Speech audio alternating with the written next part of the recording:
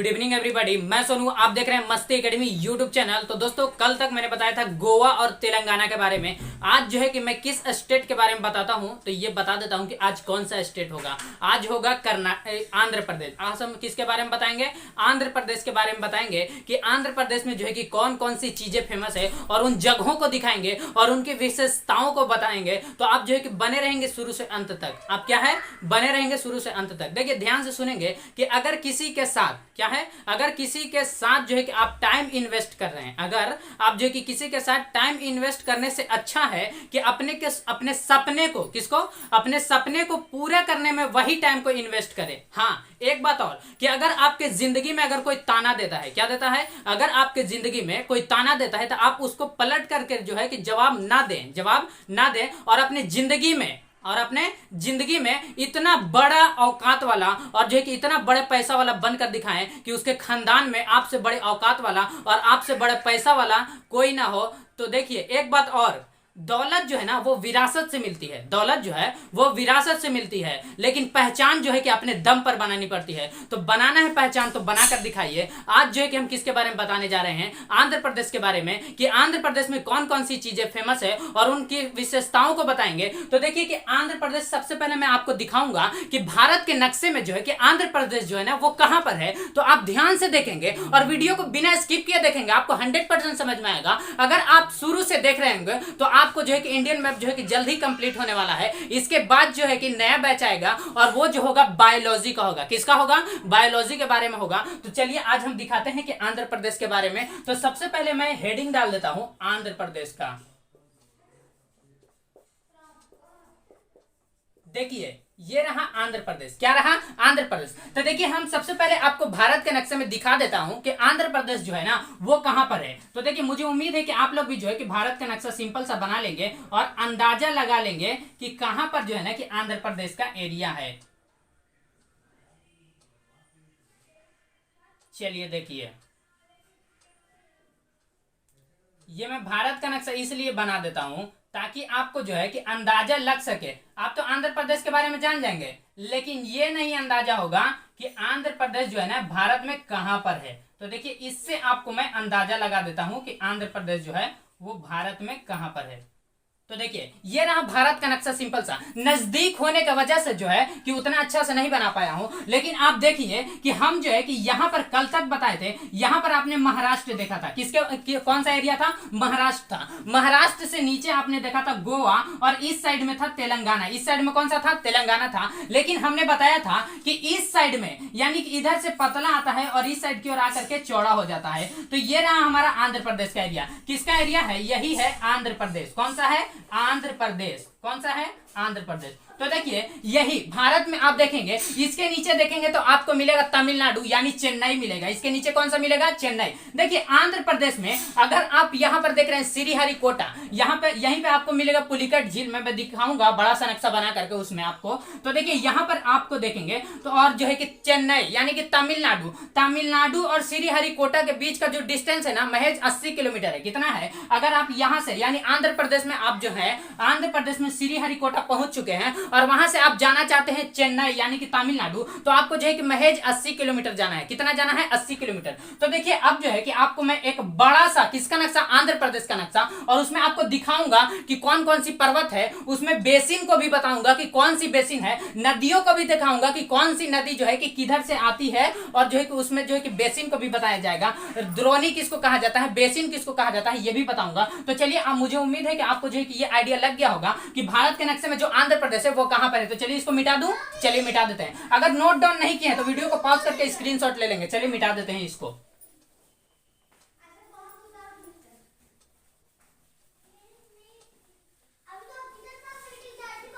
चलिए, अब ध्यान से देखेंगे कि मैं आंध्र प्रदेश का नक्शा बना रहा हूं। किसका नक्शा बना रहा हूं? आंध्र प्रदेश का नक्शा। मुझे उम्मीद है कि आप लोग भी बनाते चलेंगे आंध्र प्रदेश का नक्शा। देखिए, आपको जो है कि ऊपर से स्टार्ट करना है। ऊपर से स्टार्ट करेंगे। ऊपर जो है ना कि हल्का पतला जैसा है। कैसा है? पतला है, और नीचे की ओर ऐसे आता है और नीचे आकर के ना ये फैल जाता है। नीचे आकर के फैल जाता है। तो ध्यान से देखेंगे, यही है आंध्र प्रदेश का सिंपल सा नक्शा। देखिए अगर ऐसा देखा जाए तो यही है आंध्र प्रदेश का नक्शा। किसका है? यही आंध्र प्रदेश का नक्शा है। यहां पर आप देखेंगे सबसे नीचे में आपको इधर की ओर देखना है तो यहां पर आपको एक शहर मिलेगा जिसका नाम है तिरुपति। कौन सा शहर है? मैं नीचे की ओर इधर लिख देता हूं, आपको नहीं दिख रहा होगा, तिरुपति।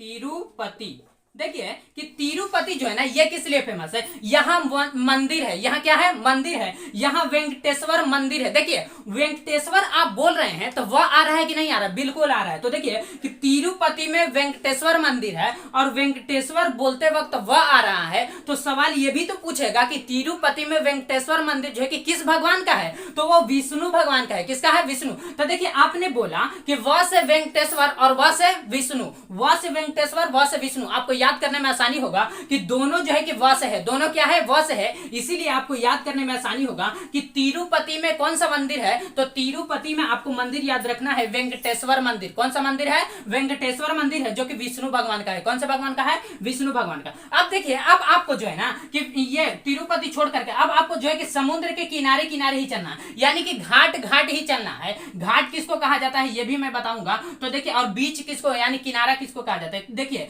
आपको घाटे घाट चलना है, ना कि समुद्र में चले जाएंगे तो फिर आपको वो जगह नहीं मिल पाएगा। आप जो है कि ऑक्सफोर्ड स्कूल एटलस लेकर ही बैठेंगे और जो है कि मैं जिस जिस जगह को दिखाऊंगा आप अंडरलाइन करते चलेंगे। और अगर नहीं यानी कि इसके बारे में आप देखेंगे तिरुपति उसमें लिखा होगा, बट इसके बारे में जो मैं बता रहा हूं वो आप जो है कि नोट डाउन करते चलेंगे कि तिरुपति में कौन सी चीजें फेमस है। तो यहाँ वेंकटेश्वर मंदिर है, विष्णु भगवान का मंदिर है। यहाँ आपने देख लिया वेंकटेश्वर मंदिर यानी कि तिरुपति में। अब आपको यहाँ पर आप देखेंगे तो आपको एक जगह मिलेगा जिसका नाम लिखा होगा पुलिकट। देखिए पुलिकट, देखिए यहाँ पुलिकट झील है। क्या है? पुलिकट झील। कौन सा है? पुलिकट, पुलिकट झील, पुलिकट झील। अब आपको देखना है कि इससे इधर की ओर देखेंगे यहीं पर बगल में ही तो आपको एक द्वीप मिलेगा और जिसका नाम है श्रीहरिकोटा। देखिए श्रीहरिकोटा, श्रीहरिकोटा।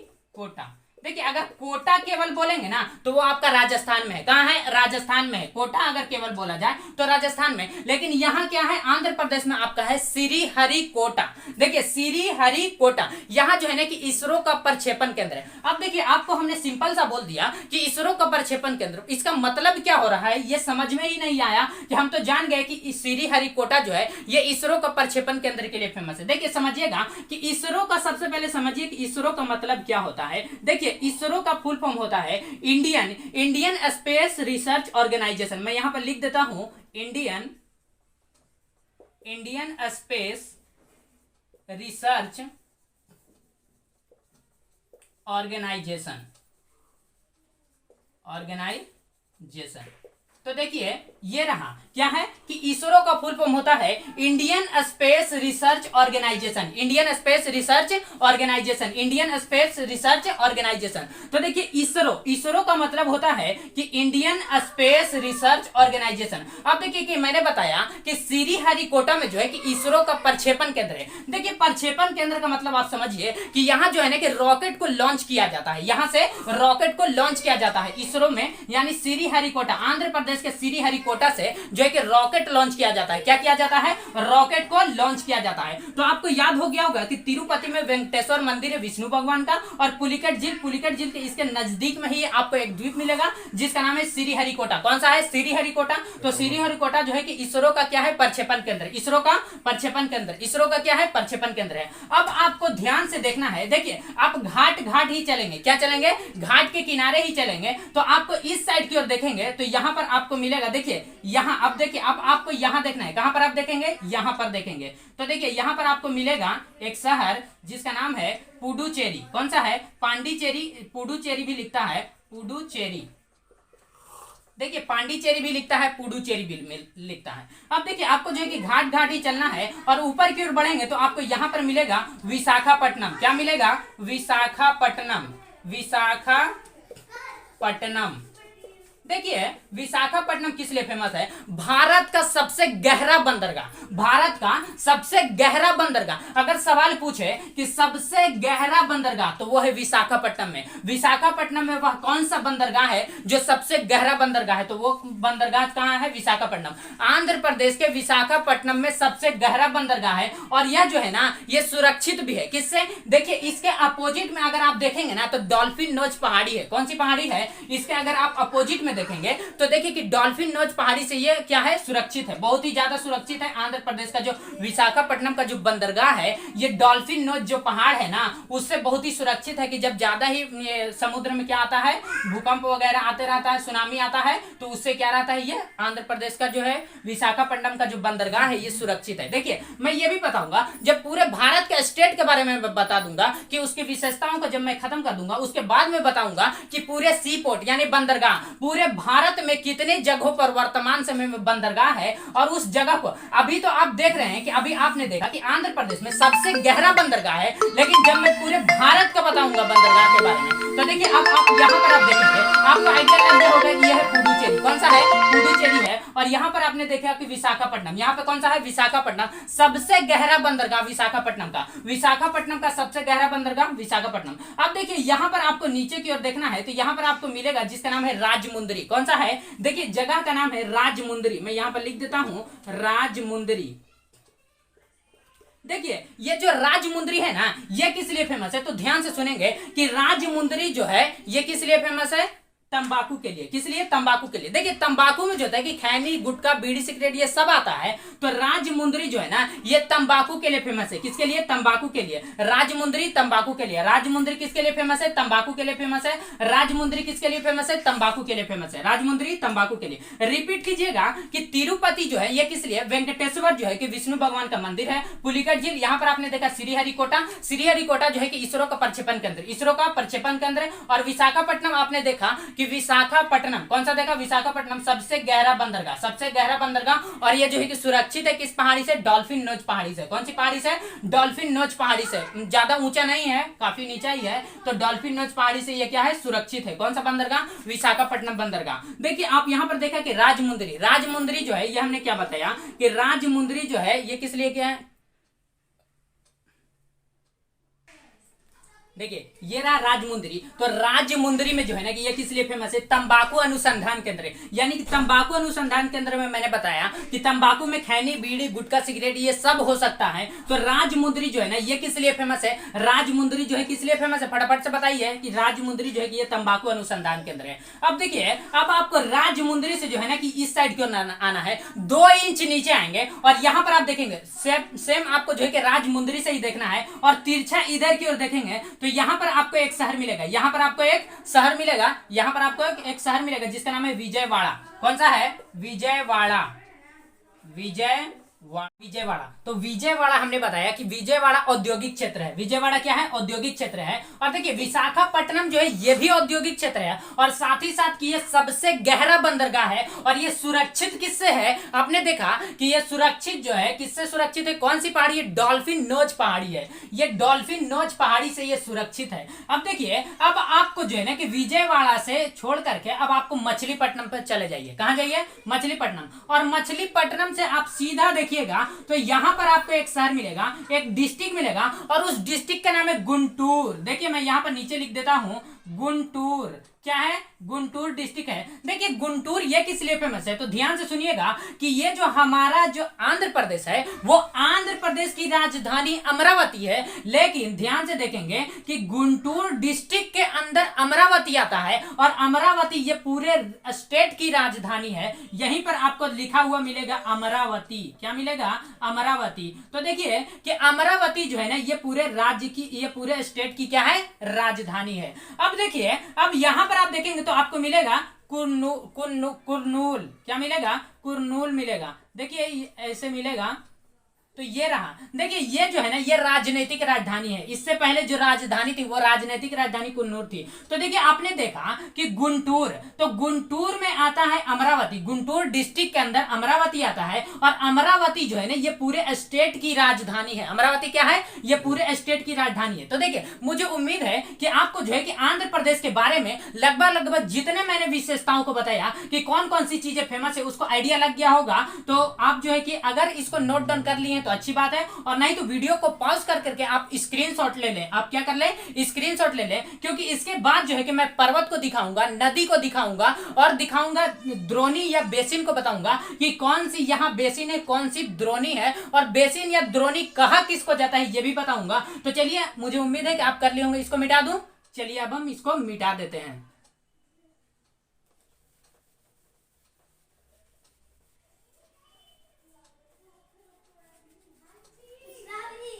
चलिए देखिए ये रहा, इसको अब मैं मिटा दे रहा हूं। इसको क्या कर रहे हैं, मिटा दे रहे हैं। आप लोग भी जो है कि नक्शा बना लेंगे फिर से एक और उसमें जो है कि अब पहाड़ को किसके बनाएंगे, पर्वतों को बनाएंगे, और जो है कि नदियों को दिखाऊंगा कि कौन सी नदी आती है इधर से, और उसके मुहाना को भी बताऊंगा।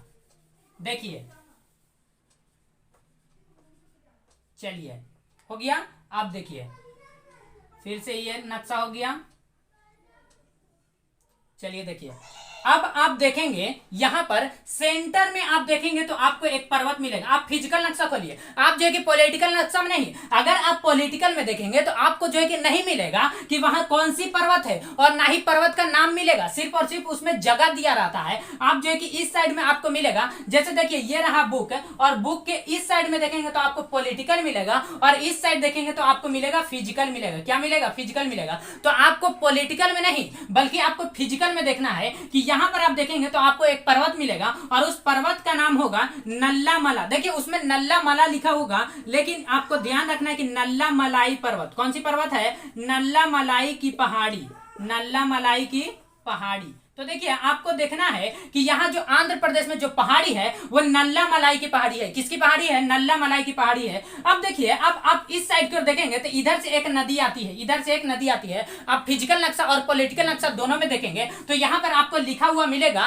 किसका मिलेगा, लिखा हुआ मिलेगा कि गोदावरी का मुहाना। क्या मिलेगा, गोदावरी का मुहाना। तो देखिए ये है गोदावरी नदी, ये है गोदावरी नदी। तो देखिए कि गोदावरी को हम शॉर्ट में कैपिटल जी लिख सकते हैं कि नहीं, बिल्कुल लिख सकते हैं। तो आपको याद रखना है कि नल्ला मलाई पहाड़ी के ऊपर में देखेंगे तो एक नदी जाती है, और उस नदी का नाम है गोदावरी नदी। कौन सी नदी, गोदावरी नदी। अब देखिए ध्यान से देखेंगे कि ये जो है कि नल्ला मलाई पर्वत है, और इसके नीचे से देखेंगे तो एक नदी जाती है, और उस नदी का नाम है कृष्णा नदी। कौन सी नदी है, देखिए ये रहा कृष्णा नदी। देखिए कृष्णा को हम शॉर्ट में के लिख सकते हैं कि नहीं, बिल्कुल लिख सकते हैं। तो ये रहा कृष्णा नदी, और ये रहा कौन सी नदी, गोदावरी नदी। देखिए मैं बता चुका हूं कि दो नदियों के बीच के बेसिन को कौन सी बेसिन कहा जाता है। तो देखिए गोदावरी का शॉर्ट में के, और देखिए गोदावरी का शॉर्ट में जी और कृष्णा का शॉर्ट में के, तो इन दोनों को ऐड कर लीजिए तो इसी को बेसिन बोला जाता है। यानी इसको हम कह सकते हैं कि केजी बेसिन। देखिए के से कृष्णा नदी और जी से गोदावरी नदी, यानी इन दोनों नदियों के बीच के जो बेसिन है उसको, देखिए बेसिन का मतलब क्या होता है, सबसे पहले आप समझ जाइए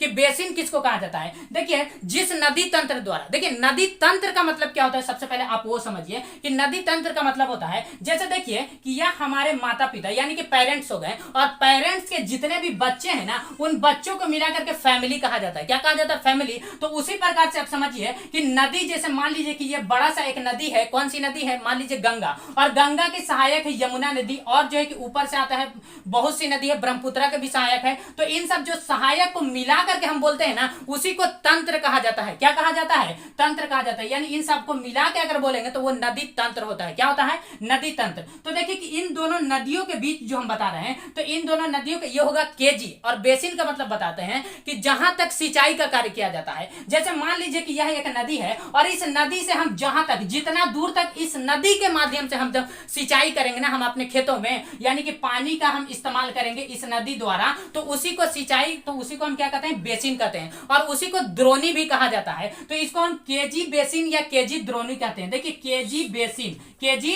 बेसिन होगा। अब देखिए आप केजी बेसिन को एक और बात बोल सकते हैं, केजी बेसिन को जो है ना कि इसको रवा बेसिन भी कहा जाता है। केजी बेसिन को रवा बेसिन भी कहा जाता है। केजी बेसिन को क्या कहा जाता है, रवा बेसिन। तो आपने देख लिया कि सिंपल सा आप बता सकते हैं कि केजी बेसिन जो है, कि अगर पूछा जाए कि केजी बेसिन जो है ये किन दो नदियों के बीच में है, तो आप कहेंगे फटाफट से कि कृष्णा नदी, गोदावरी नदी, क्योंकि के से कृष्णा, जी से गोदावरी, कैसे कृष्णा, जी से गोदावरी, कैसे कृष्णा, जी से गोदावरी, किसे कृष्णा और जी से गोदावरी। तो देखिए आपको आइडिया लग गया होगा कि आंध्र प्रदेश में कौन सी पर्वत है, नल्ला मलाई की पहाड़ी है, ऊपर में गोदावरी नदी, नीचे में कृष्णा नदी, और इन दोनों नदियों के बीच में एक बेसिन है, उसका नाम हम केजी बेसिन भी बोल सकते हैं, और उसको रावा बेसिन भी कहा जाता है। उसको क्या कहा जाता है, रावा बेसिन भी कहा जाता है। तो देखिए मुझे उम्मीद है कि आपको जो है कि आंध्र प्रदेश के बारे में जितना भी बताया गया आपको समझ में आ गया होगा। तो मिलते हैं नेक्स्ट क्लास में, तब तक के लिए जय हिंद।